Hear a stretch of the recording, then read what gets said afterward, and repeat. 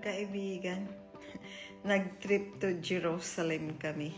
Remember, naman dyan kami nagtuloy sa hotel na yan. Na kami, after biyahe, nagpahinga.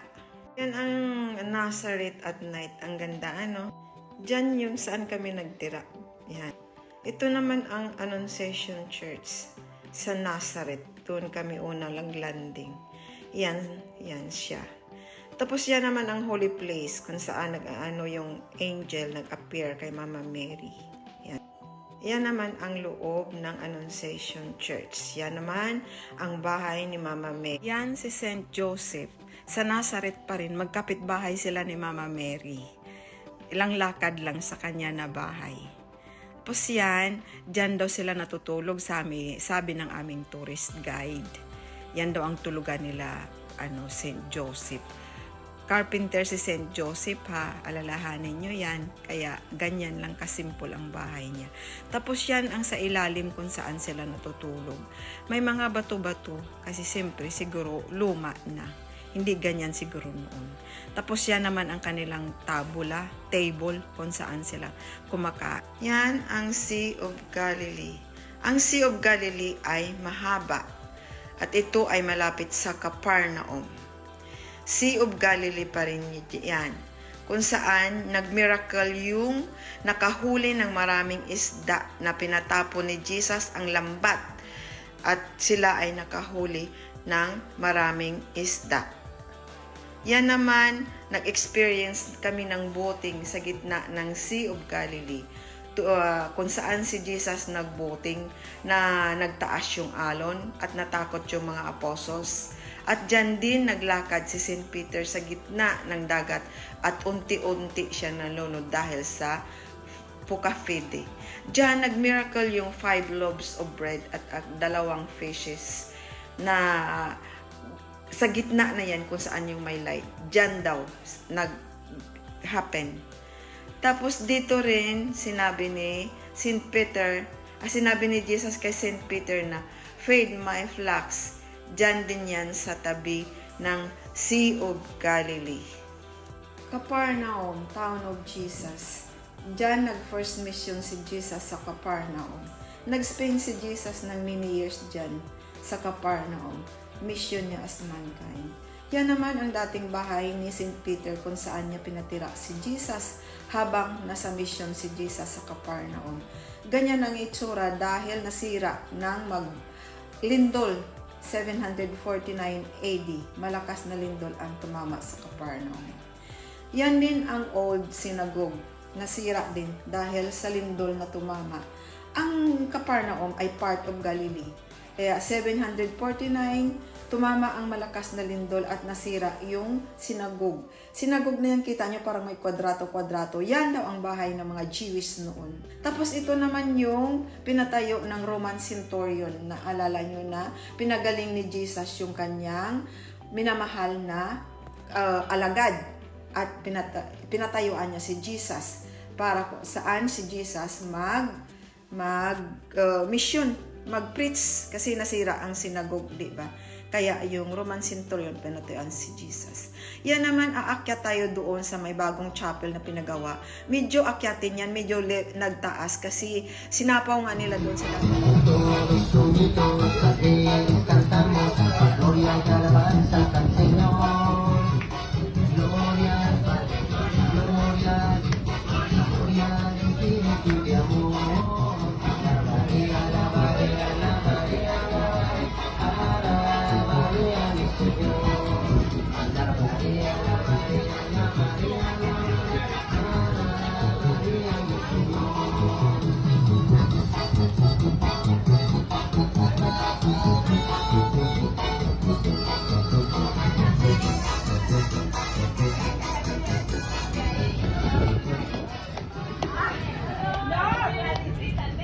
Allora adesso il nostro capitano spiega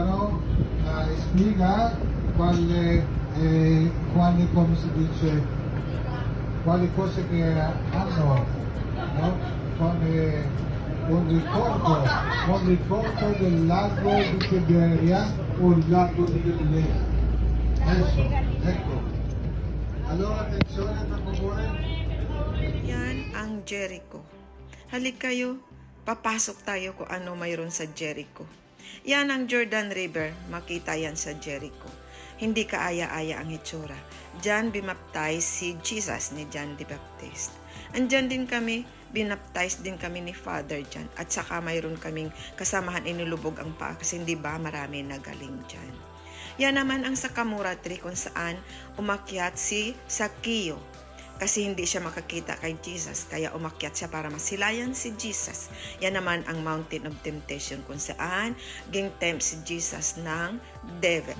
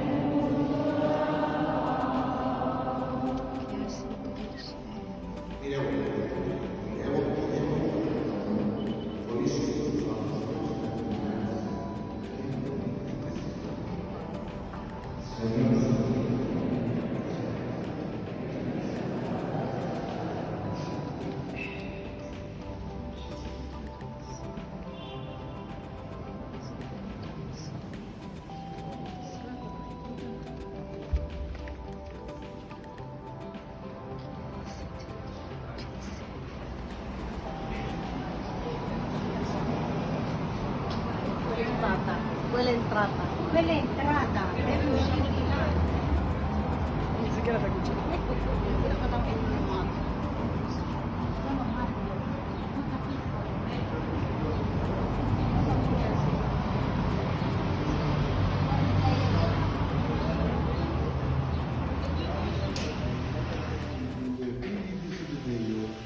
Cominciò a provare tristezza e angoscia, e disse loro, la mia anima è triste, fino alla morte è stato qui e vegliato per me. Andò un poco più avanti, cane faccia, e pregava dicendo, Padre mio, se è possibile, passi via da me questo calice, però non come voglio io, ma come vuoi tu. Poi venne dai discepoli e li trovò addormentato qua. E disse a Pietro, Così non siete stati capaci di vegliare con me una sola ora. Vegliate e pregate per non entrare in tentazione. Lo spirito è pronto, ma la carne è debole. Si allontanò una seconda volta e pregò dicendo: Padre mio, se questo calice non può passare via senza che io lo beva, si compie la tua volontà. Poi venne e li ritrovò di nuovo addormentati, perché i loro occhi si erano fatti pesanti.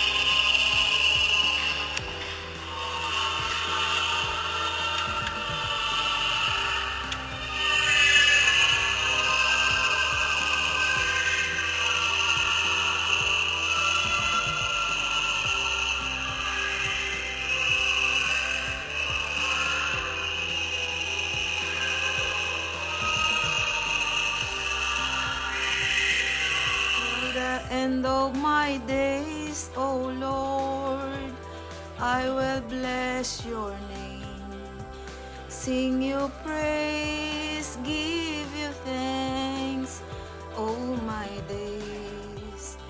You have made me little less than a god, and have loved my heart with your love, with dignity and honor.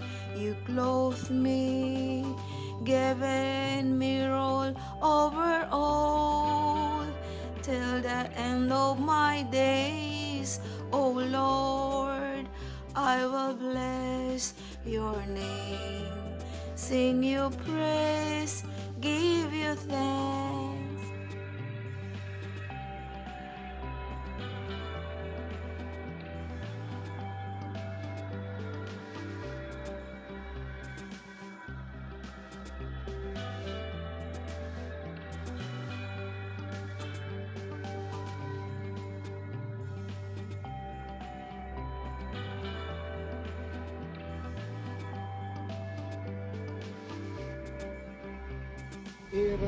Si chiama Pretorio. Ricordate qualcosa nel Pretorio? Castro Pretorio. Ponzio Pilato, sì. Gesù ha condannato Gesù a qui. morire qui, ma per 2000 anni è cambiato Gerusalemme, no? E questo adesso ora è una scuola dei musulmani. Ma questo è il posto, Perciò è l'inizio di Via Crucis qui. Ma si può fare soltanto ogni venerdì. No?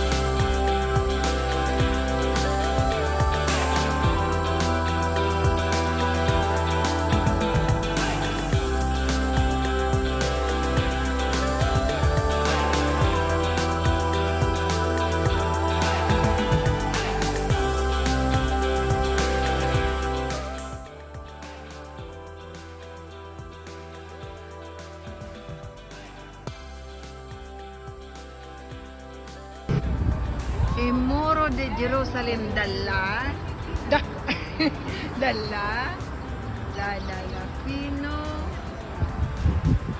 Ok, là. facciamo... Il muro di Gerusalemme. Ok, facciamo un foto qui. Ok, dai, ragazzi, dai, facciamo foto. Ecco, muro. For all nations, let peace be on earth. Ave, Ave, Ave Maria. Ave, Ave, Ave Maria.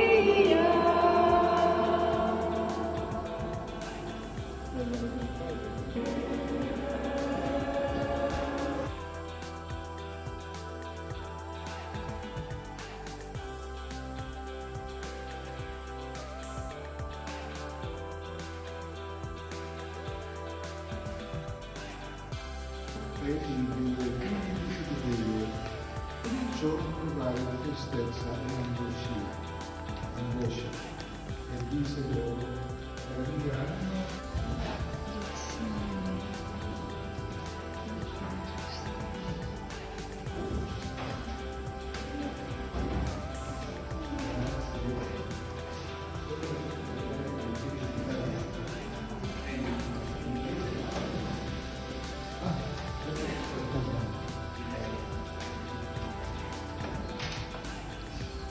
May Santo Misa. May misa na dito.